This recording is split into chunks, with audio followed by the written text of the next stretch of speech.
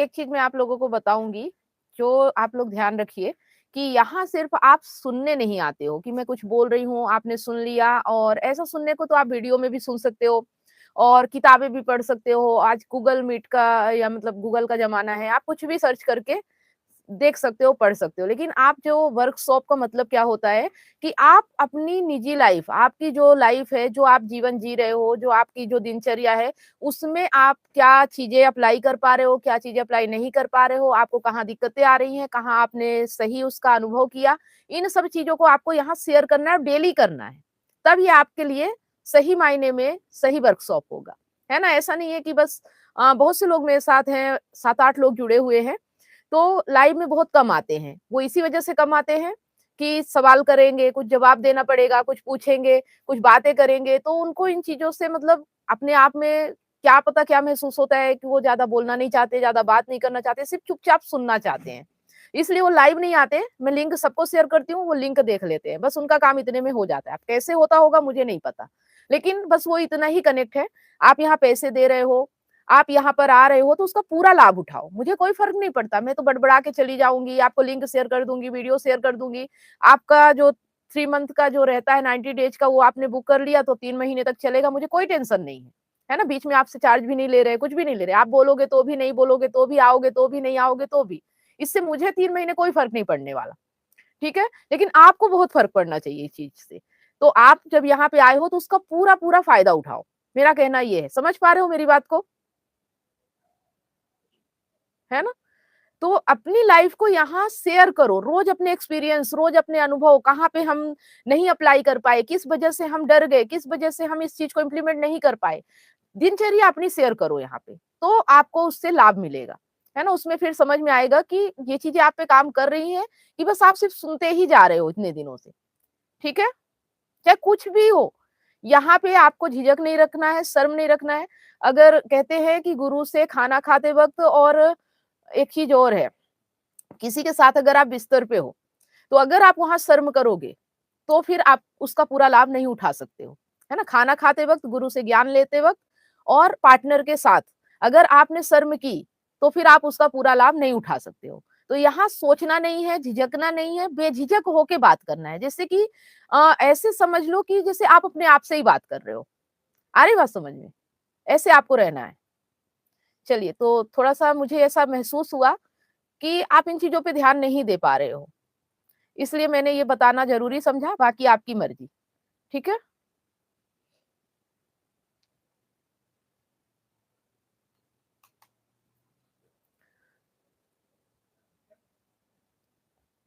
तो आज हम बात करेंगे गीता के अध्याय 7 श्लोक 20 पर, ठीक है? लोग छोटे देवताओं की पूजा क्यों करते हैं?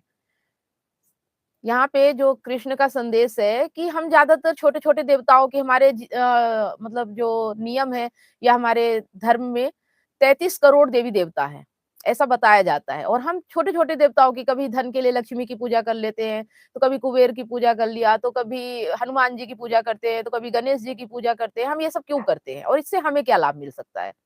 क्या ये सही है, करना चाहिए, नहीं करना चाहिए? तो यहाँ कृष्ण किसी देवी-देवता का अपमान नहीं करते, वो सच्चाई आपको बताते हैं कि क्या आप क्यों करते हो और क्या ये सही है आपके लिए, करना चाहिए या नहीं करना चाहिए, ठीक है? तो आज हम इसमें यही समझेंगे। देखो, हर धारणा, हर मिथ आपका हर एक श्लोक में टूटता जा रहा है। अभी आज तक आपने देवी-देवताओं के बारे में ऐसा नहीं सोचा होगा, लेकिन आज यहाँ सोचना पड़ेगा कि आप किसी देवी-देवता के पास क्यों जाते हो, ठीक है? और उससे आपको क्या लाभ होता है? तो ये श्लोक बहुत महत्वपूर्ण है क्योंकि इसमें श्री कृष्ण बताते हैं कि क्यों लोग अलग-अलग देवी-देवताओं की पूजा करते हैं। तो पहले इस श्लोक को सुन लेते हैं, ठीक है? कामैस्तैस्ते हरतिज्ञाना प्रपद्यन्ते न्यदेवता तं तं नियमास्थाय प्रकृत्या नियताः स्वया। इसका जो अर्थ है, जिन लोगों का ज्ञान विभिन्न कामनाओं से हर लिया गया है मतलब खत्म कर दिया गया है, वे अपनी अपनी प्रकृति के अनुसार अन्य देवताओं की शरण में जाते हैं। अब सवाल है, क्या श्री कृष्ण यहाँ अन्य देवताओं की निंदा कर रहे हैं या कोई गहरा आध्यात्मिक संदेश दे रहे हैं? तो यहाँ पे जो कामना ज्ञान को कैसे ढक देती है, जो आपकी कामना होती है वो ज्ञान को ढक देती है। यहाँ पे बताया गया है, कामस्तैस्तैर्य ज्ञाना अर्थात कामनाओं ने ज्ञान को हर लिया है। ध्यान से समझिए, जब मन किसी इच्छा से भर जाता है तो विवेक कम हो जाता है। जब आपके अंदर मन में इच्छाएं आती हैं तो जो आपका विवेक होता है, जो समझ होती है, वो कम हो जाता है। उदाहरण से समझेंगे कि धन की तीव्र इच्छा, संतान की इच्छा, पद और प्रतिष्ठा की इच्छा, रोग से मुक्ति की इच्छा, अगर ये इच्छा है तो जब मन केवल लाभ पर केंद्रित होता है तो व्यक्ति सत्य की खोज नहीं करता बल्कि समाधान की तलाश करता है। तब आपको ये नहीं चाहिए कि सत्य क्या है, आप तो बस ये देखते हो कि मेरी कामना कैसे पूरी होगी, चाहे कैसे भी हो। चाहे उसके लिए आपको झूठ बोलना पड़े, किसी की चापलूसी करना पड़े, किसी से डरना पड़े, किसी की गुलामी करना पड़े, लेकिन आपकी कामना पूरी होनी चाहिए, है ना। जैसे कि अगर धन की तीव्र इच्छा आ गई कि अब मुझे धनवान होना है, तो आप अब कोई भी काम करने के लिए तैयार हो, अच्छा बुरा गलत सही आपको कुछ फर्क नहीं पड़ेगा, बस धन आपको मिलना चाहिए। फिर आप सच झूठ नहीं देखते हो। यही कारण है कि वह ऐसे देवता को चुनता है जो उसकी इच्छा को पूरा कर सके, है ना। इंसान फिर ऐसे देवता को पूरा मतलब चुनता है जो उसकी इच्छा को पूरा कर सके। तो यहाँ कृष्ण नहीं कह रहे कि देवता गलत है, वे यह कह रहे हैं कि भक्ति का स्तर कामना से तय हो रहा है। अगर भक्ति कामना से हो रही है तो वो आपको लाभ नहीं देगी। ठीक है, अलग अलग देवताओं की शरण क्यों? भारत में परंपरा रही है, धन चाहिए तो लक्ष्मी की पूजा, विद्या चाहिए तो सरस्वती की पूजा, शक्ति चाहिए तो दुर्गा की पूजा। आप लोग भी ऐसा करते हैं। यह विविधता सुंदर है, लेकिन गीता का संदेश है यदि पूजा केवल इच्छा पूर्ति के लिए है तो वह सीमित है। मतलब फिर आप उतना ही, मतलब जैसे आपको धन चाहिए तो धन ही मिल सकता है, फिर आपको शांति आनंद सुख ये नहीं मिलेगा। मतलब आप बंध जाते हो, आप सीमित चीजें मांगते हो, और अगर आप वो चीजें मांगते हो और वो चीजें पूरी हो गई तो आप उसमें बंध जाते हो, फिर आप असीमित अपनी जो पोटेंशियल है, आपकी क्षमता है, उसका उपयोग नहीं कर पाते हो, है ना। तो श्री कृष्ण कह रहे हैं मनुष्य अपनी प्रकृति के अनुसार देवता चुनता है, जैसी आपकी प्रकृति होती है। अगर आपको धन चाहिए तो आप लक्ष्मी की पूजा करोगे, अगर आपको विद्या चाहिए तो सरस्वती की पूजा करोगे। इस तरह से आप अपने भगवान चुन लेते हो, है ना। अगर शक्ति चाहिए तो दुर्गा की पूजा करोगे। तो आप एक एक चीज में बंधते जा रहे हो, या तो धन में बंध जाओगे, या तो विद्या में बंध जाओगे, या तो शक्ति में बंध जाओगे। लेकिन फिर आप सारी चीजें नहीं कर पाओगे कि धन विद्या शक्ति सब एक साथ आपके जीवन में अप्लाई हो, इन पे फिर आप पूरे असीमित नहीं हो पाओगे। तो जिसकी प्रकृति रजोगुणी है, रजोगुण तमोगुण और सतोगुण के बारे में हमने बात की थी, तो यहाँ आपने प्रकृति के बारे में तो समझ में आ ही गया होगा कि मेरी प्रकृति क्या है। तो जिसकी प्रकृति रजोगुणी है वह शक्ति और सफलता चाहता है। ठीक है, जो शक्ति और सफलता चाहता है वो रजोगुणी है। ठीक है, राजा जैसे जीना चाहता है वो। जिसकी तमोगुणी है वह त्वरित लाभ चाहता है, मतलब तुरंत लाभ मिले। सात्विक व्यक्ति स्वयं की ओर बढ़ता है, जो सात्विक व्यक्ति होता है वो स्वयं की ओर बढ़ता है, मतलब वो अपने आप को जानने की कोशिश करता है, प्रयास करता है, उसे बाहरी दुनिया से लेना देना नहीं होता, वो अपने भीतर के सत्य को जानने की कोशिश करता है। ठीक है, जिज्ञासु जिसे कहते हैं। और उससे ऊपर है ज्ञानी, जो इन तीनों से ऊपर का सोचता है, वो इन तीनों से मतलब नहीं रखता, वो बस ये देखता है कि सत्य क्या है। ठीक है, तो सच्ची भक्ति क्या है? सच्ची भक्ति है वह नहीं जो कहे कि मुझे यह दे दो मैं तुम्हारी पूजा करूंगा। मतलब जब आप भक्ति करने जाते हो तो आप ये कहते हो कि भगवान मुझे ये दे दो तब मैं तुम्हारी पूजा करूंगा। तो ये फिर सच्ची भक्ति नहीं है, ये लेन देन वाली भक्ति हो गई। ऐसा तो हम संसार में भी करते हैं, फिर भगवान और हमारा रिश्ता ही क्या रह गया, है ना। तो सच्ची भक्ति, मुझे सत्य दो चाहे मेरी इच्छाएं टूट जाए। मतलब मुझे सत्य चाहिए, चाहे मेरी इच्छा भले पूरी ना हो, मेरी कामना अधूरी रह जाए, लेकिन मुझे सच के साथ जीना है ना। लेकिन जो व्यक्ति कामना में ही लिप्त हो जाएगा वो कभी सच तक नहीं पहुंच सकता। तो कामना आधारित भक्ति में सौदा है। अगर आप कामना आधारित भक्ति में हो तो सौदा है। ज्ञान आधारित भक्ति में समर्पण है। अगर ज्ञान है तो समर्पण है कि सब कुछ तुम ही हो, मेरे भीतर भी तुम ही हो, तो जो मैं भी कर रहा हूँ तुम्हारे ही कारण हो रहा है, मैं कुछ नहीं कर रहा। एकदम समर्पित हो जाओ, जीवन जहां ले जाए वहां चले जाओ। कल हमने बात की थी ना कि जीवन आपको जहां ले जाए वहां चले जाओ, समर्पित हो जाओ कि प्रकृति में मेरा कुछ हो ही नहीं सकता, ना बुरा ना अच्छा, ना लाभ ना हानि, ना कुछ भी नहीं। जो भी हो रहा है सब तुम्हारे कारण ही हो रहा है। वही चेतना है जो सबके भीतर है, वही मेरे भीतर ही है, और वो सब मुझसे करवा रहा, मैं कुछ करता नहीं हूँ। बस मैं देख रहा हूँ कि मेरे साथ क्या हो रहा है। मैं सिर्फ एक दृष्टा की तरह मैं अपने जीवन को देख रहा हूँ कि मेरे जीवन में कौन कौन सी घटनाएं घट रही हैं। मैं बदलने की कोशिश नहीं करूंगा और मैं कुछ पाने की इच्छा भी नहीं करूंगा। जो भी है जैसा भी है समर्पित हूँ, जो भी हो मेरे लिए सब स्वीकार है। अच्छा बुरा लाभ हानि जो भी है सब स्वीकार है। चाहे ऋतुएं ठंडी की हो, गर्मी की हो, बरसात की हो, मुझे सब स्वीकार है और मैं सब में आनंदित हूँ। ठीक है, अपने आप को समर्पित कर देना ही ज्ञान आधारित भक्ति है। तो श्री कृष्ण आगे के श्लोक में बताते हैं कि वे स्वयं ही सभी देवताओं की श्रद्धा को स्थिर करते हैं। मतलब जो सत्य को समर्पित हो गया वो फिर सारे देवताओं की श्रद्धा पा लेता है, किसी एक एक की पूजा करने की जरूरत नहीं है। अर्थात अंततः सब कुछ उसी परम सत्य से जुड़ा है। ठीक है, ये जो 33 करोड़ देवी देवता हम पूजते हैं ना, ये सब उसी से हैं, कुछ अलग नहीं है, कोई अलग नहीं है। ठीक है, तो क्या अन्य देवी देवताओं की पूजा गलत है? नहीं, गीता कहीं नहीं कहती कि पूजा गलत है। गीता कहती है पूजा की प्रेरणा क्या है यह देखो। मतलब तुम पूजा कर क्यों रहे हो। यदि प्रेरणा भय है, डर है, यदि प्रेरणा लालच है, तो आध्यात्मिक विकास सीमित रहेगा। मतलब फिर आपका जो आध्यात्मिक विकास है, आत्मज्ञान की राह है, जो अपने आप को जानना है, जो अपने दुख तकलीफ से बाहर निकलने की प्रक्रिया है, वो सीमित हो जाएगी। आप उसको अपनी पोटेंशियल, अपनी क्षमता तक नहीं कर पाओगे। ठीक है, यदि प्रेरणा सत्य है तो भक्ति मुक्ति का मार्ग बनती है। मतलब अगर आप सत्य को समर्पित हो जाते हो तो जो भी आप करोगे वो आपके लिए मुक्ति का मार्ग बन जाएगा। मतलब आप कभी बंधोगे नहीं। ठीक है, तो आज के समय में इस श्लोक का जो अर्थ है कि आज भी लोग मंदिर मस्जिद चर्च जाते हैं, पर अधिकतर लोग क्यों जाते हैं? नौकरी मिल जाए, कोर्ट केस जीत जाए, बीमारी ठीक हो जाए। यह स्वाभाविक है, लेकिन गीता हमें एक कदम आगे ले जाती है। प्रश्न यह नहीं कि मेरी समस्या हल होगी या नहीं, प्रश्न यह है मैं कौन हूं। मतलब किसकी समस्या है, कौन चाहता है कि उसकी समस्या हल हो जाए, वो है कौन, उसे जानना। ठीक है, हम समस्या में ही उलझ जाते हैं, हम ये नहीं देखते कि समस्या हो किसको रही है। ये कौन है जो इतनी सारी चीजें चाहता है कि नौकरी मिल जाए, कोर्ट केस जीत जाए, बीमारी ठीक हो जाए। तो ये तो ठीक है, आप इंसान शरीर में हो तो ये स्वाभाविक है कि बाहरी चीजें होंगी, लेकिन ये कौन है, मैं कौन हूं, इसको तो जानना। ज्ञान और गीता यही आपको सिखाती है कि जो आपके भीतर चेतना है, जिसके द्वारा ये सब कुछ हो रहा, जो देख रहा, वो है कौन। अगर आपने यह प्रश्न आपके मन में नहीं उठता, तब भक्ति कामना से बधी रहेगी। मतलब अगर आप उस चाहने वाले तक नहीं पहुंचोगे, तो जो चाही गई वस्तु है वो सिर्फ आपको बंधन देगी, इसके अलावा आपको मुक्ति स्वतंत्रता नहीं देगी। लेकिन अगर आपने ये जान लिया कि चाहने वाला कौन है, ये देखने वाला कौन है, मैं कौन हूं, तो फिर आप स्वतंत्र हो, आप हर चीज में आजाद हो, आपको कोई बंधन नहीं दे सकता। ठीक है, तो जो इसका सार है कि कामना ज्ञान को ढक देती है, इच्छा के अनुसार भक्ति सीमित हो जाती है। सच्ची भक्ति सत्य की खोज है, परम सत्य एक ही है। ठीक है, परम सत्य एक ही है, वो बटा हुआ नहीं है। तो श्री कृष्ण हमें रोक नहीं रहे हैं, वे हमें ऊपर उठा रहे हैं।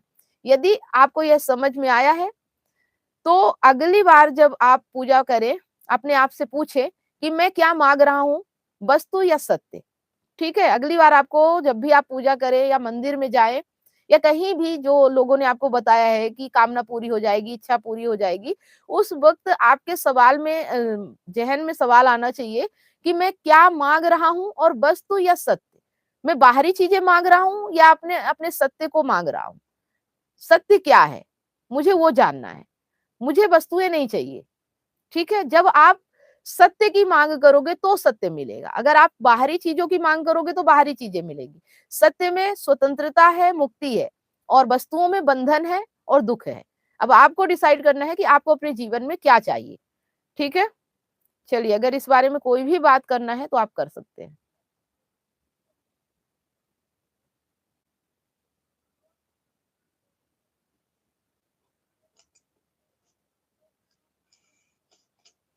हाँ गणेश जी, कुछ बोलना है आपको, पूछना है?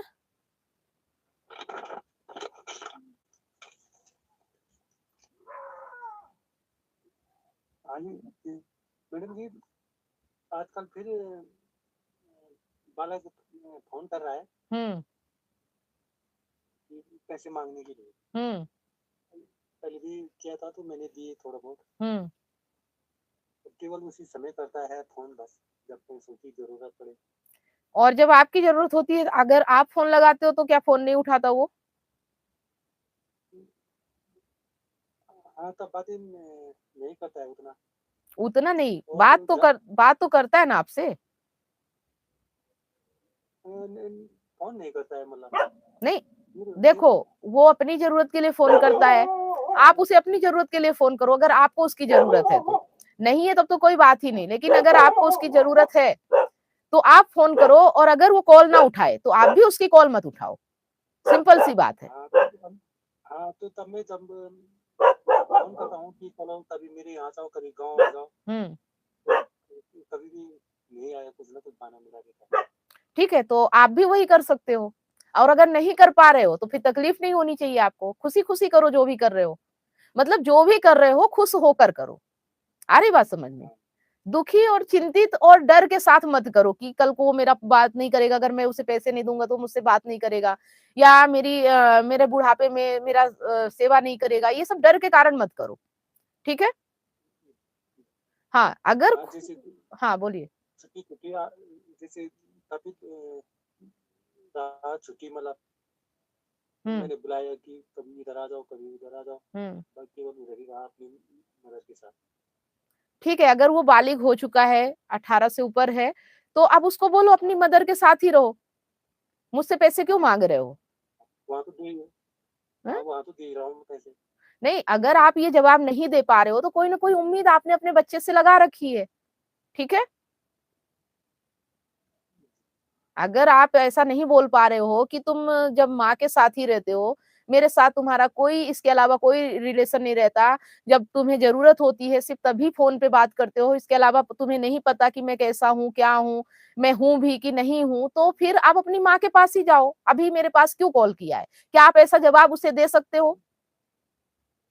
हाँ, बोला मैंने, तब वो चिढ़ जाता है बहुत ज़्यादा नहीं, तो कि मेरे पास नहीं है, उससे मैं आपको क्या कहाँ फ़र्क पड़ता है? अगर वो चिढ़ जाता है, तो आपको क्या फ़र्क पड़ता है? हाँ, परंतु कुछ नहीं पता। हाँ, अपने अपने अंतरात्मा से पूछिए कि उसके चिढ़ने से आप क्यों डरते हो? वो चिढ़ जाता है तो इससे वही आपका क्या बिगड़ेगा? हाँ, बोलता है कि ये तुम्हारी आपस की है, मैं कुछ नहीं। आपस की ठीक है, तो फिर तुम जैसे रहना चाहिए वैसे रहो ना, अगर माँ के पास जा रहे हो तो मेरे पास भी उतना ही टाइम दो। हुँ? हाँ, अगर आपस की है तो फिर तुम माँ को प्रायोरिटी क्यों ज़्यादा दे रहे हो? मुझसे सिर्फ़ पैसे के लिए ही मतलब क्यों रखते हो? इसके अलावा कभी हाल-चाल पूछा मेरा? मैं क्या खा रहा हूँ, मैं कैसे जी रहा हूँ? हुँ, हुँ? हुँ, ठीक है? हाँ, और अगर चिढ़ जाता है तो चिढ़ जाने दो, अच्छा दूसरी बार पैसा नहीं माँगेगा, कि और कुछ बिगाड़ सकता है वो आपका। हाँ, फिर फ़ोन बंद कर देता है, फिर अगली बार अगले दिन कर देगा। कुछ न कुछ तरीका लगाता रहेगा कि किस तरह से पैसे मिल जाएँ। नहीं, वो तो तरीका लगा रहा है, लेकिन आपको तो पता चल गया ना कि वो ऐसा क्यों करता है, तो बंद कर दो बल्कि उसके बंद करने से पहले आप ही फ़ोन बंद कर दो अपना, बात ही मत करो उससे। अगर वो फिर आपके पास आके बात करे और पैसे के अलावा भी अगर आपसे रिलेशन रखे, तो आप उसका पूरा ख़्याल रखो, खुशी-खुशी रखो। लेकिन अगर हाँ, आपको उससे तकलीफ़ हो रही है हाँ, बताइए? हाँ, इस बार मैंने कहा कि चलो जहाँ मैं गाँव में नहीं आ रहा तो जहाँ सर्विस कर रहा हूँ, आ जाना तो थोड़ा बहुत दे दूँगा मैं। हुँ, पहले आ तो जब हाल-चाल पूछने, देखने, तो क्या बोला? देखूँगा बस। ठीक है, देखो आप उसकी बातें कर रहे हो, बस इतना अपने आप से पूछो कि उसके नाराज़ होने से, उसके चिढ़ जाने से, उसके ना आने से, उसके फ़ोन बंद कर देने से आपका कितना नुकसान हो रहा है? आपको कैसा फ़ील होता है? ठीक है? हाँ, ईमानदारी से देख लोगे तो समस्या सॉल्व हो जाएगी और अगर कोई फ़र्क नहीं पड़ता, आप निडर हो, आप उससे डरते नहीं हो, आप उसकी परवाह नहीं करते हो कि बुढ़ापे में मेरा सहारा बनेगा, उसके बाद अगर आपको खुशी है, आपके पास पैसे हैं, आप उसकी मदद करना चाहते हो, तो कोई दिक्कत नहीं है। फिर ये मत बोलो कि वो ज़रूरत के वक़्त ही फ़ोन करता है, वो कभी भी ना करे, फिर भी आप उसकी मदद कर सकते हो, कोई दिक्कत नहीं है। ठीक है? लेकिन उम्मीद करके नहीं, कि मैं पैसे दूँगा तो वो मुझे बाद कॉल करेगा या मेरे पास आएगा, ये उम्मीद मत करो। ठीक है?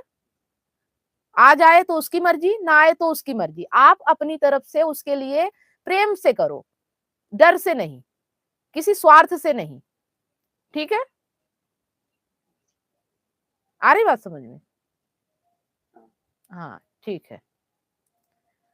संदीप जी आपको भी कुछ पूछना है? नहीं मैडम, आज कुछ नहीं पूछना। आज ऐसा क्या है कुछ नहीं पूछना? ऐसा कुछ नहीं है, सिंपल से बता दिया, हम कामना करते हैं, हुँ, ये कामना के लिए मुझे नौकरी चाहिए, तो बोलेंगे एग्ज़ाम में पास होना है, तो बोलेंगे स्वार्थ देके हम सौदा करते हैं, हुँ। ये मेरी मनोकामना पूरी हो जाए, तो मैं आपके शरण जाता हूँ, ऐसा करता हूँ, वैसा करता हूँ। लेकिन आपने जैसे बोला खुद के जो मन है उसको हम नहीं सोच पाते, सिर्फ कामना के पीछे भागते हैं। आप भी जाते थे पूजा पाठ करने देवी देवताओं के पास मन्नतें मांगने? वैसे तो नहीं, लेकिन जाते हैं, हाथ जोड़ते हैं, तो मन में बोलते हैं कि ऐसा ऐसा अच्छा हो जाए, ये मिल जाए, या ये सुधर जाए, या ये कुछ हो जाए, समस्या सॉल्व हो जाए, ये तो बोलती है मन में। तो ये आपको किसने बताया कि ऐसा करने से ऐसा हो जाएगा? किसी ने तो बताया होगा, बचपन से किसी ने सिखाया होगा, तभी आपके मन में ये सब आता है ना? कैसा मैडम? कि भगवान के सामने जाके हाथ जोड़ना है, उनसे ये मांगना है, ऐसा-ऐसा कहना है तो सब कुछ ठीक रहेगा। हाँ, ऐसा आप सोचते हैं कि भला भला हो जाए, ठीक हो जाए, एकाग्रता से मतलब हाथ जोड़ेंगे, ये करेंगे क्या तो आप इस ठीक हो जाए। क्या आप इस आशा धारणा को आशा तोड़ सकते हो? क्या आप इस धारणा को तोड़ सकते हो? हिम्मत है आप में? अभी पहले बिलीफ रखता था मैडम, अभी मैं वैसे बिलीफ नहीं रखता, सिर्फ मतलब बोलने के लिए बोलता हूँ, लेकिन वो होगा कि नहीं होगा उसके आगे पीछे कुछ नहीं नहीं, देखता हूँ। आप बोलने के लिए भी क्यों बोलते हो? अगर ना बोलो तो क्या होगा?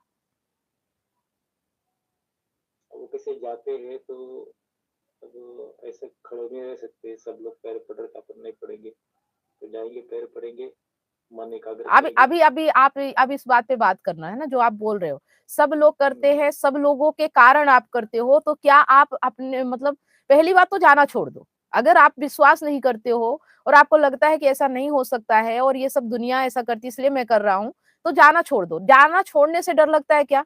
कि अगर भगवान के मंदिर ही ना जाए, भगवान की पूजा ही ना करे, भगवान के आगे हाथ ही ना जोड़े तो क्या बुरा हो जाएगा? किस चीज़ से डर लगता है? इससे डर नहीं लगता मैडम, लेकिन मेरा अप्रोच ऐसा रहता है कि बाकी लोग जो है हुँ, अंधश्रद्धा से जाते हैं कि ये मेरा काम हो जाए, हुँ।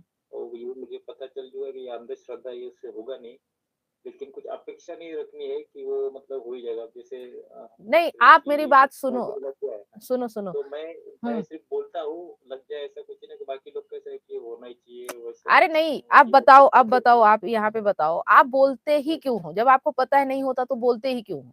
अब इस चीज़ का जवाब दो, क्यों बोलते हो? हो जाए, हो जाए ऐसी आशा रहती है कि मतलब सच्चे दिल से बोलेंगे तो कुछ हो जाए, मतलब अभी भी आप भ्रम में हो, जो होना हो जाए, मतलब अभी भी आप भ्रम में हो। ये चीज़ क्यों नहीं समझ पा रहे हो? आप भ्रम में हो। आपको लगता है भले कुछ हो ना हो पर मैं ऐसा बोलूँगा शायद कुछ हो जाए। अंदर से ये बिलीव रहता है कि शायद कुछ हो जाए। आ रही बात समझ में? लेकिन हाँ, आपको आपको क्या ये पता है कि हाथ जोड़ने से कुछ नहीं होता, बदलाव आपके भीतर से होता है, आपके कर्म से होता है। आप कितना भी हाथ जोड़ के आओ, कुछ भी बोल के आओ, अगर कर्म नहीं करोगे तो कुछ भी नहीं होगा। जब कर्म करने से ही सब कुछ हो रहा है, तो वहाँ हाथ जोड़ने और बोलने से क्या मतलब? ये तो फिर ये हो गया, डर हो गया आपका कि अगर ऐसा नहीं करा तो शायद कुछ बुरा हो जाए। हुँ? हाँ, वैसे हो सकता है, मतलब पॉजिटिव करेंगे ऐसा, मतलब डर की तरह ही हो गया, नहीं हाँ। करेंगे तो हुँ। नहीं हो और पाएगा। सब लोग कर रहे हैं, अगर मैं नहीं किया तो शायद वो बुरा बोलने लगे या मुझे अच्छा ना समझें, तो ये भी तो डर है ना? हुँ? हाँ, तो सब लोग के अगेंस्ट में नहीं जाते। सुनो, सबसे पहले इससे बाहर निकलो। जो आपको नहीं लग रहा, जिस जिस चीज़ को आप नहीं मानते हो, जो चीज़ आपको समझ में आ गई है, उसे बिल्कुल खत्म कर दो। दिखावा नहीं करना। ये चीज़ अगर आप हिम्मत रखते हो ना, यही छोटी-छोटी चीज़ें ही हमें रोक रही हैं। आपको लगता है कि ये तो ऐसे ही चल रहा है, ये ऐसे ही नहीं चलता। यही आपके जीवन में है, जो भ्रम आपको जीने नहीं देता है। आ रही बात समझ में? इतनी हिम्मत तो करो, पहले एक एक हिम्मत करके देखो कि अपनी पुरानी धारणाओं को तोड़ के देखो, क्या नुकसान होता है। ठीक है? इसे ज्ञान कहते हैं, इसे समझ कहते हैं। जब आपको पता है कि मूर्ति के सामने हाथ जोड़ने से जीवन नहीं बदलता, फिर आप ये नाटक क्यों करते हो? इस नाटक को आप इस खेल को खत्म क्यों नहीं कर पा रहे हो? मैं भगवान को मानने की बात नहीं, हम उस भगवान को मानना चाहते हैं जो हमारे भीतर मौजूद है। बाहर भगवान नहीं है। आपके भीतर चेतना के रूप में वो आपके साथ है। क्या आप इस चीज़ पे बिलीव कर सकते हो? क्या आप अपने अंदर उस परमात्मा को देख सकते हो? क्या आप उसे महसूस कर सकते हो? जो बाहर नहीं है, बाहर आप महसूस करके देख लो, बाहर आप अनुभव करके देख लो, इतने सालों से करते आए हो। क्या कोई ऐसा प्रमाण मिला है कि बाहर हाथ जोड़ने से सब कुछ ठीक हो जाता है? ये बताओ, हुआ है ऐसा कभी? प्रमाण प्रमाण तो नहीं है मैडम कुछ। नहीं है। लेकिन आप अपने भीतर देखो करके, तुरंत प्रमाण मिलेगा आपको, प्रत्यक्ष प्रमाण मिलेगा। ठीक है? तो इस मिथ को तोड़ना, अब अगला काम आपका ये होना चाहिए, हम बोल रहे हैं ना ये प्रैक्टिकल वर्कशॉप है।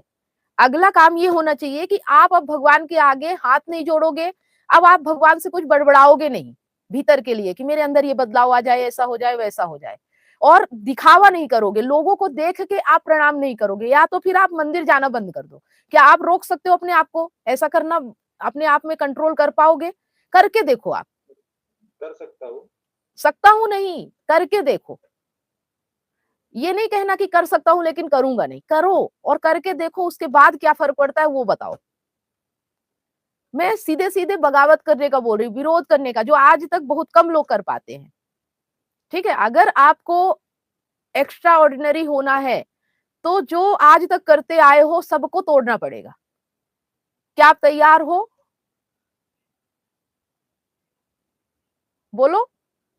करके देखेंगे मैडम। देखेंगे नहीं, करना ही है। मेरे घर में कोई भगवान की मूर्ति नहीं है, कोई फोटो नहीं है, मैं कभी पूजा नहीं करती थी, 1 साल हो गया, कोई व्रत त्योहार नहीं रखती मैं, और ये मैंने किया है। और कोई नुकसान नहीं होता, बहुत फायदा होता है, बहुत लाभ होता है। आप ढोंग ढकोसले और कर्मकांड से बच जाते हैं। पूरा टाइम आपका, पूरी एनर्जी इसी में चली जाती है। आ रही बात समझ में? कर्मकांड मैडम, जैसे पूजा तो नहीं करता मैं घर में, नहीं करता कभी। कभी गया मतलब मंदिर वगैरह, कभी हाथ जोड़ना, बाकी ऐसे रेगुलर वगैरह कुछ नहीं रहता है। लेकिन आप ये देखो, लेकिन आप ये देखो कि आप जिस भी मंदिर के सामने से निकलोगे आपका सर अपने आप झुक जाता है, ये कहाँ से आ रहा है? हाँ, वो तो होता है नेचुरली। ये तो इसी को हमें देखना है कि आप किसके आगे सर झुका रहे हो। कौन है वहां जो आपके सर को देख रहा है झुकते हुए? बात समझ में आ रही है? आप किसके सामने सर झुका रहे हो, किसके आगे हाथ जोड़ रहे हो? कौन है उस मूर्ति के पीछे? मूर्ति के पीछे कोई नहीं है, मूर्ति के अंदर कोई नहीं है। मूर्ति एक प्रमाण है कि वो व्यक्ति ऐसा था। क्या आप वैसे कर्म कर सकते हो? हाथ नहीं जोड़ना, वैसा कर्म अपनाना है। जैसे कि कृष्ण ने जो कर्म किया, वो कर्म आपको अपने ऊपर, अपने आप में अपनाना है, ना कि कृष्ण के सामने हाथ जोड़ना है। इससे आपको फायदा नहीं होगा। ठीक है, हनुमान ने क्या किया? हनुमान की शक्तियां कैसी थी? क्या वो शक्तियां आप अपने अंदर डेवलप कर सकते हो? सर झुकाने से कुछ नहीं होगा। एक प्रतीक है, मैंने क्या बोला, मूर्ति एक प्रतीक है। वो आपको कुछ नहीं दे सकती, सिर्फ वो आपको ये याद दिला सकती है कि वो ऐसे थे और वो गुजर चुके हैं। अब आपको उनके सामने सर झुका के उस मूर्ति से वो ताकत नहीं मिलेगी जो उनके अंदर थी। आ रही बात समझ में? है? अब आप जिंदा इंसान हो, आप कुछ कर रहे हो, तो वो आप कर रहे हो। अब आप एक दिन मर जाओ और कोई आपके फोटो बना के और उसकी पूजा करे, तो क्या उसको लाभ होगा? लाभ तो तब होगा ना जब आप हो। आप हो ही नहीं तो क्या लाभ दोगे किसी को? तो जो राम ने किया, जो कृष्ण ने किया, जो हनुमान ने किया, वो कर चुके हैं। अब वो आपको वो लाभ नहीं देंगे ना, वो है अभी। वो ताकत, वो चेतना आपके भीतर है। जब आप वैसा रिएक्ट करोगे, वैसा कर्म करोगे, तो लाभ मिलेगा आपको। आ रही बात समझ में? पूजा करने से, अगरबत्ती लगाने से वो चीजें नहीं पूरी होंगी। लेकिन ये धारणा हमें गुलाम बनाती है, ये चीजें हमें कुछ और करने से रोकती हैं, ये हमारे अंदर डर पैदा करती है। ये चीजें आप देख पा रहे हो कि आप इस चीज को तोड़ने से पहले कितनी बार सोचोगे? 10 बार सोचोगे, और ये एक दिन में नहीं होगा। लगातार आपको ये प्रैक्टिस करना होगा, लगातार याद रखना है कि मैं अब पहले जैसा रिएक्ट नहीं करूंगा। आ रही बात समझ में? तब जाके ये होगा, तब आप इसमें कंफर्ट हो पाओगे। मतलब अभी बहुत दिनों तक ये आपकी आदत बन चुकी है कि आप सोचोगे, नहीं सोचोगे, फिर भी आपका सर झुक जाएगा, फिर भी आपके हाथ जुड़ जाएंगे। ये आपका नेचर बन चुका है ना? तो इसे तोड़ने के लिए आपको रोज प्रैक्टिस करनी पड़ेगी। जब भी आप मंदिर के सामने गुजरोगे ना, और जैसे ही हाथ जुड़ेगा उस वक्त याद आएगा कि हाँ मुझे ये नहीं करना है। ठीक है, जैसे ही सर झुकाओगे तो मुझे ये नहीं करना है। जब बार बार अपने आप से कहोगे तो ये आदत छूटेगी, क्योंकि ये एक आदत है और ये लोगों ने हमें दी है, ये हमारा नेचर नहीं है। मतलब लोग ने हमें ऐसा बताया है, ऐसी धारणा दी है, और इस वजह से हम ऐसा करते हैं, जबकि हमें पता है कि कुछ भी नहीं हो रहा है। कुछ हो जाए तो चलो ठीक है, आप कुछ भी ना करो और हाथ जोड़ के सिर्फ प्रार्थना करो और देखो कि क्या आप वहीं खड़े रहो, क्या फर्क पड़ेगा आपके जीवन में? कुछ चमत्कार हो सकता है क्या वहां खड़े खड़े? ये बताओ। होगा क्या कभी कोई चमत्कार? जब तक आप अपने हाथ पैर नहीं चलाओगे, जब तक आप अपनी बुद्धि नहीं चलाओगे, जब तक आप कोई काम नहीं करोगे, तब तक कैसे चमत्कार हो जाएगा? और जब सब इन्हीं से होगा तो फिर पूजा किस लिए करने जाते हो? मूर्ति के आगे हाथ क्यों जोड़ते हो? बड़बड़ाते क्यों हो? जब सब आपके ही द्वारा हो रहा है। तो अपनी ही पूजा करो ना, अपने आप को ही भगवान मानो ना, क्या दिक्कत है? उन शक्तियों को अपने भीतर ही देखो ना कि मैं ही हनुमान हूँ, मैं ही राम हूँ, मैं ही कृष्ण हूँ और मैं अब कृष्ण की तरह काम कर रहा हूँ। फिर देखो कैसा जीवन बदलता है। हुँ? यस मैडम, मैं एक शेयर करना चाहता हूँ हुँ। आपको। हमारे महाराष्ट्र में शिरडी साई बाबा का मंदिर सुना है क्या आपने? हाँ, सुना है। उधर गया था लास्ट वीक में। हुँ, तो अभी मैं कोई भी मंदिर जाता हूँ तो मेरा मतलब कुछ मांगने का ज्यादा इंटेंशन नहीं रहता। मैं हुँ, आजू बाजू की पब्लिक क्या है, कैसे हाव भाव है, मंदिर का डिजाइन कैसा है, और मूर्ति के सामने जाकर सिर्फ हाथ जोड़ना है, सब अच्छा हो जाए और निकल के आना है, कुछ मांगना नहीं। तो ऐसे ही लेके गया था, देखा सर हाथ जोड़े, साइड में खड़े रह के देखा, बाकी लोग देख रहे थे। फिर बाहर आया, फिर एक पौन घंटा उधर बाहर जाके, जहाँ का एरिया था उधर जाके बैठ गया आग बंद करके। कुछ कामना वगैरह नहीं थी, बाकी लोगों का चल रहा था वो पढ़ना पूजा करना। हुँ। तो शांति लगी, फिर उठ के चला आया। तो ऐसा मेरा साइकिल था। अभी आप मुझे कुछ सजेस्ट करें या क्या करना है आगे तो बता सकते हैं। हाँ, अभी देखो ऐसा मैं भी सोचती थी। मैं पिछले साल मैं भी गई थी ओंकारेश्वर, तो मैंने मतलब परिक्रमा की इसलिए कि देखना था कि परिक्रमा मार्ग में है क्या, है ना? इसलिए मैंने परिक्रमा की। मैं मंदिर के अंदर नहीं गई क्योंकि भीड़ में मुझे पूजा करना नहीं था, प्रार्थना करना नहीं था, ठीक है। लेकिन ठीक है, उतना तो ठीक है, लेकिन फिर मुझे ये समझ में आया वहाँ जाने के बाद कि जब मुझे यहाँ कोई श्रद्धा नहीं है, मुझे यहाँ से कुछ चाहिए नहीं और भगवान को मैं अपने भीतर देखती हूँ, तो फिर इस स्थान पे मैं क्यों आ रही हूँ? मतलब ये भी देखो ना कि अगर हम शांति के लिए जा रहे हैं तो पार्क जाओ, गार्डन जाओ, कहीं और भी जा सकते हो, तुम उस जगह पे क्यों जा रहे हो? हाँ, मंदिर में व्यवस्था अच्छी होती है और वहाँ पे लोग मतलब ऐसा वातावरण बना के रखते हैं डर के कारण, है ना? साफ-सुथरी जगह रहती है, इस डर से कि कहीं भगवान नाराज़ ना हो जाए। तो एक तरह से अगर आप ये सोच के जा रहे हो कि मुझे शांति चाहिए या अच्छी जगह चाहिए या सुकून भरा माहौल चाहिए, तो फिर आप त्योहार के समय क्यों जाते हो? भीड़ में क्यों जाते हो?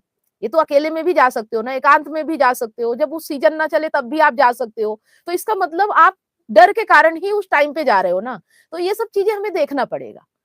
पहली बात तो पहली बात तो मंदिर इसलिए जाते हो कि यही है कि मंदिर आए हैं तो भगवान को प्रणाम करके ही जाएँगे। मतलब कुछ तो लगता है ना कि यहाँ तक आए हैं तो भगवान को प्रणाम करके। मतलब ऐसा लगता है कि कुछ भगवान से डर के यहाँ आए हैं, अगर नहीं किया तो कहीं कुछ नुकसान ना हो जाए, कुछ बुरा ना हो जाए। और फिर हम जैसे शिवरात्रि आ रही है और भी ये त्योहार आ रहे हैं, तो हम उन्हीं-उन्हीं समय पे जा रहे हैं। इसका मतलब हम भी वही कर रहे हैं जो आम लोग कर रहे हैं।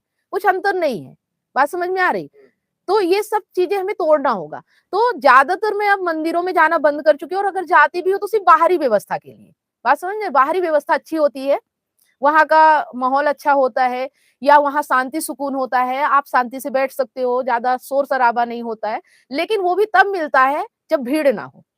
बात समझ में आ रही है? अगर आप त्योहार में जाते हो, तो ना आपको शांति मिलेगी, ना सुकून मिलेगा। वहाँ सिर्फ़ इच्छा और कामना ही मिलेगी आपको।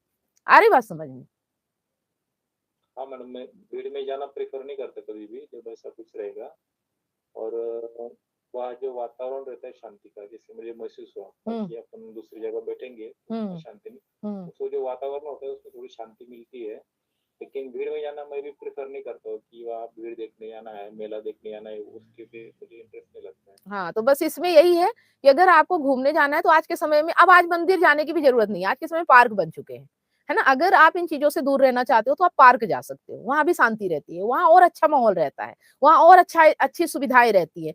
पहले के समय में ये सब नहीं हुआ करते थे तो इंसान मंदिर में जाता था, लेकिन आज के समय में जब आपकी श्रद्धा नहीं है, जब आप पूजा नहीं करने जा रहे हो, जब आप ये समझते हो कि वो सिर्फ़ एक मूर्ति है, उसके अंदर भगवान नहीं है, तो फिर आप मतलब वैसे तो कण-कण में चेतना है, ये बात भी सत्य है, लेकिन फिर आप मूर्ति की ही पूजा करने क्यों जाते हो? कण-कण की पूजा करो फिर। बात समझ में आ रही है? नदी, पहाड़, पत्थर, कंकड़, मिट्टी हर चीज़ में भगवान है फिर। फिर आप किसी एक ही जगह पे क्यों जाते हो? जहाँ लोगों ने बता दिया कि यहाँ पे कामनाएँ पूरी होती है, इच्छाएँ पूरी होती है, आप चुन के उसी जगह पे क्यों जाते हो? मंदिर तो आपके घर के पास भी होता है, क्या उससे आपकी कामना पूरी नहीं हो सकती? क्या उससे आपकी इच्छा पूरी नहीं हो सकती? लेकिन अगर आपको जगह ही देखना है, घूमना ही है, तो फिर आज के समय के हिसाब से आप अपने आप को डेवलप करो। आज गार्डन है, आज ये जो झरने वगैरह हैं और बहुत सारी चीजें हैं, आप उनके पास जाओ, फिर उनका आनंद लो। ठीक है। यस मैडम, उसका भी ट्राई करके देखेंगे, क्योंकि दोनों में अभी ये तो देख लिया, वहाँ वातावरण अच्छा था, मंदिर में तो ठीक लगा, और नेचुरल जगह बैठ के अगर ठीक लग रहा है तो सोच सकते हैं आप कि फर्क कि अब थोड़ी बहुत इसका जो इसका फर्क मैं बताती हूँ, ऐसा क्यों करना चाहिए। मंदिर में जाओगे, आप बंधन में बंध जाओगे। मंदिर में लोग आपको अपने तरीके से जीने नहीं देंगे। आप चप्पल पहन के आओगे तो आपको टोकेंगे, आप कुछ और हरकतें करोगे तो रोकेंगे। आप किसी के साथ बैठ के बातें नहीं कर सकते हो, किसी के साथ घूम नहीं सकते हो। मतलब मंदिर में बहुत सारी बंधन है। ठीक है, आप उसके हिसाब से चलोगे तो मंदिर अच्छा है, लेकिन आप अपने हिसाब से चलो तो मंदिर आपके लिए सही नहीं है। बात समझ में आ रही है। अगर आपको अपनी मर्जी से अपनी स्वतंत्रता में जिंदगी जीना है तो आज के समय में गार्डन ही उपयोगी है। ठीक है। अब ये भी देखना है ना कि उपयोगिता कहाँ है। अगर आपका माइंडसेट बदल रहा है, आप पुरानी धारणाओं में नहीं चल रहे हो, तो फिर आपको मंदिर अब नहीं जाना चाहिए। आ रही बात समझ में। ठीक है, मंदिर उनके लिए है जो धारणाओं के गुलाम है ना। पहले के समय में मंदिर ज्ञान का प्रतीक हुआ करता था, वहां ऋषि मुनि रहते थे और लोग रहते थे, तो ज्ञान देते थे आपको। लेकिन आज मंदिर ज्ञान का प्रतीक नहीं रह गया, आज धारणाओं का बंधन बन चुका है। वहां सिर्फ धारणाएं चलती हैं, वहां और कुछ नहीं होता है ना। ऐसा करना ही है, ऐसा नहीं करोगे तो ये हो जाएगा, वो हो जाएगा, आपको तरह तरह की बातें, और अज्ञान ही भरे होते हैं। ये बात समझ में आ रही है। अज्ञान होता है, अज्ञान, वो आपको अज्ञान में ही ढकेलेंगे। आप अगर थोड़ा मॉडर्न तरीके से जाओ ना, तो वहां आपको ही भगा देंगे, बोलेंगे ये हमारा इलाका है, अपना अपना क्षेत्र बना के रखते हैं, अपना अपना अधिकार जमा के रखते हैं। आ रही बात समझ में। तो रीजन मिल गया ना कि क्यों नहीं जाना है, क्योंकि अब हमें पुरानी धारणाओं की संगति में नहीं करना, छोटी सोच वालों के साथ नहीं रहना। छोटी सोच वाले और जो बहुत ज्यादा कामनाग्रस्त होते हैं, वही लोग मंदिरों में जाते हैं, और ऐसे ही लोग आपको मिलेंगे, है ना। जिनको कोई काम धाम नहीं करना है, आलस चढ़ा हुआ है, किसी ने बोल दिया तुम्हारी कामनाएं पूरी हो गई, तो जाके मंदिर में लाइन लगा के खड़े हो गए, है ना। ऐसे लोगों के साथ रहना है तो जाओ मंदिर में। हाँ, ओपन विचारों के साथ रहना है, खुले माइंडसेट के साथ रहना है, तो फिर पार्क में जाओ, गार्डन में जाओ, ऐसी ऐसी जगहों पे जाओ जहां आपका विकास हो सके, जहां आपके लाइफ में परिवर्तन आ सके। ठीक है। हाँ, इसलिए मैं 1 साल पहले तक वो गई भी थी, लेकिन अब मुझे इच्छा नहीं होती, मंदिरों में जाना बिल्कुल पसंद नहीं है मुझे अब। ठीक है, और कारण सिर्फ यही है कि मंदिर में अब वो चीजें नहीं है जो आप जिस कारण से मंदिर बनाए गए थे। अब मंदिर में कुछ और होने लगा है। ठीक है। तो आज के समय के हिसाब से आप अपने जीवन में कैसे स्वतंत्रता पा सकते हो, कैसे अपने जीवन को आनंदित जी सकते हो, बिना बंधन के, बिना संकुचित हुए, बिना डरे हुए, बिना किसी की परवाह किए हुए। बस आपको उन उन जगहों पे जाना है, ऐसे ऐसे स्थान बनाना है, और अपना एक क्षेत्र बनाना है जहां आपका अपना अधिकार चल सके, जहां कोई आप पे हावी ना हो सके, चाहे वो आपका घर हो, चाहे जो भी हो। आप अपने सोच के साथ, अपने मन मर्जी के साथ जिंदगी बिता सको, आपको ऐसी जगह चुनना है। ठीक है। क्योंकि आपको कितना चाहिए, कितनी जगह चाहिए, कितना क्या चाहिए, जो एक जीवन के लिए कितना है, जितनी जरूरत है उतने में आप जी सकते हो। और उसको आप अपनी शर्तों पे, अपना एटीट्यूड ऐसा रखो। बहुत से लोग क्या करते हैं कि मतलब बहुत सारे फोन ना आए पहले तो नंबर बहुत सारे सेव कर लेंगे, फिर मुझे इनसे मतलब नहीं रखना तो नंबर ब्लॉक कर देंगे। अपना एटीट्यूड ऐसा रखो कि कोई कॉल करने की हिम्मत ही ना कर सके आपको, है ना। कॉल करे तो सोचेगा कि बात क्या करूंगा मैं इस व्यक्ति से, ये तो ऐसी बातें ही नहीं करता है, ये तो टाइम पास करता ही नहीं है, ये तो अपने काम में बिजी रहता है, अपने जीवन में ही मस्त है। तो उनको 100 बार सोचना पड़े, और बात भी करेंगे तो कहीं ज्ञान ना फैलने लगे, कहीं हमें ही ना सीख देने लगे, तो वो डरते हैं। फिर आम व्यक्ति हमसे बात नहीं कर सकते। आ रही बात समझ में। अपनी छवि ऐसा बनाओ, अपना एटीट्यूड ऐसा रखो कि आम आदमी की हिम्मत ही ना पड़े कि आपके नंबर पे कॉल लगा सके। समझ रहे। ब्लॉक करने की जरूरत ही नहीं पड़ती, आपका एटीट्यूड ही काफी होता है कि कोई आपके सामने भटक ही नहीं सकता आम आदमी।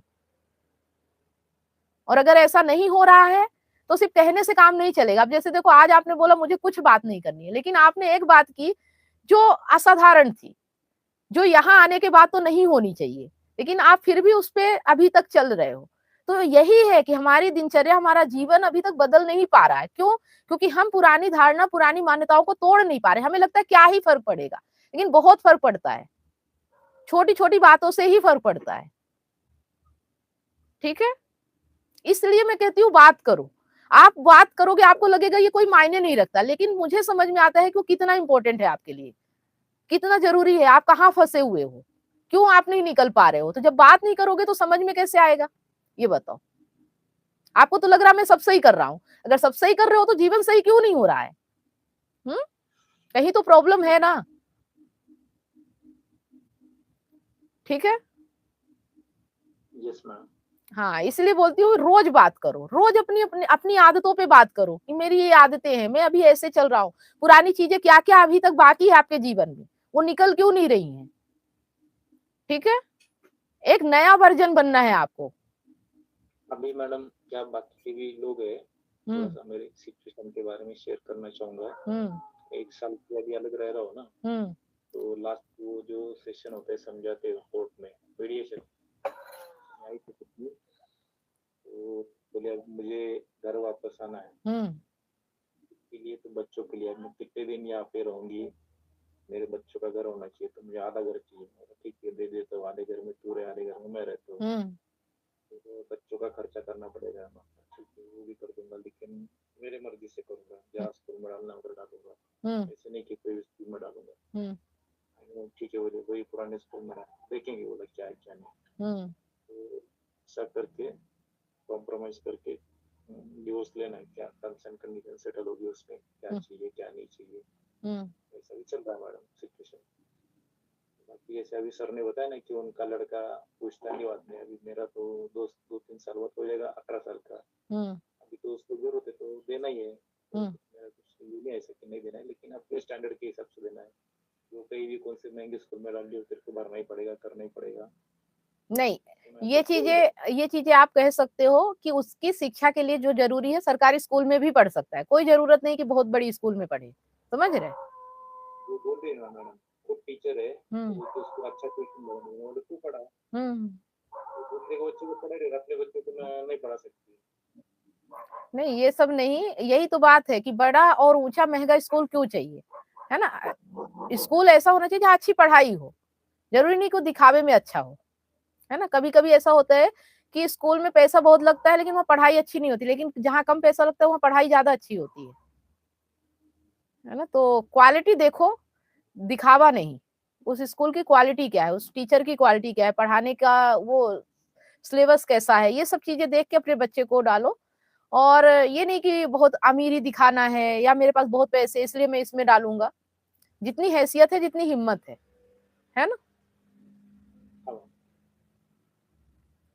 ठीक है, अच्छा है, बस वही है कि आपको ऐसा रखना है अपने आप को कि कल को आपकी पत्नी भी आपसे ज़्यादा बात करने से सोचे कि मैं क्या बोलूँगी और ये क्या बोलेगी। या उनको समझाओ ना, जो आप यहाँ समझ रहे हो, जब भी वो आपसे बात करे तो आप ऐसी ही बातें करो उसके साथ। एकदम वो आपसे बात करना आपके बिल्कुल नज़ वो सोचेगी इस व्यक्ति को ऐसा क्या हो गया है ना? कि ये अलग तरीके से माहौल हो गया इसका, अलग बातें करने लगा है, इसकी सोच में परिवर्तन आ रहा है, तो वो महसूस कर पाएगी। और कभी-कभी ना फिर डर भी आता है कि ये व्यक्ति तो अपने आप में आज़ाद हो गया है, मेरे बिना भी खुश रह सकता है।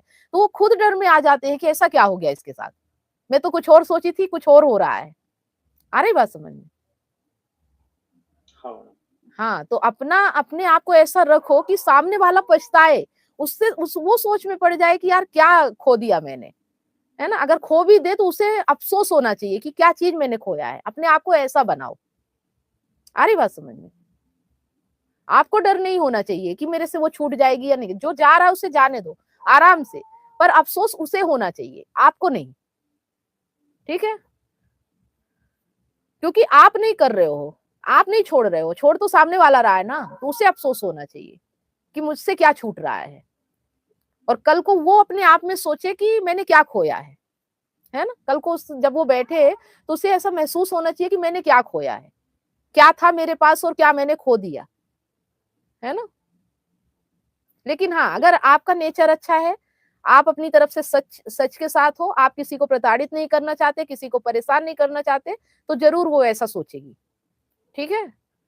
लेकिन अगर आप बुरे व्यक्ति हो, क्रूर व्यक्ति हो, दारू, नशा, शराब ये सब करके आप गाली-गलौज करते हो, लड़ाई-झगड़ा करते हो, मारपीट करते हो, तो फिर वो ऐसा नहीं सोच पाएगी कभी आपके बारे में।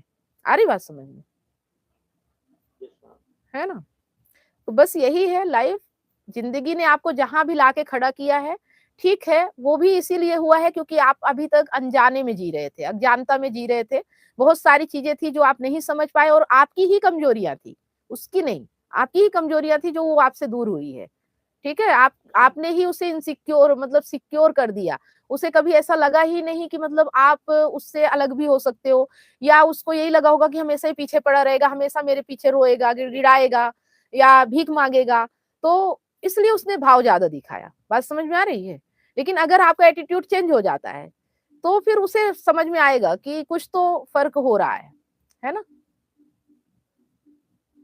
Yes ma'am.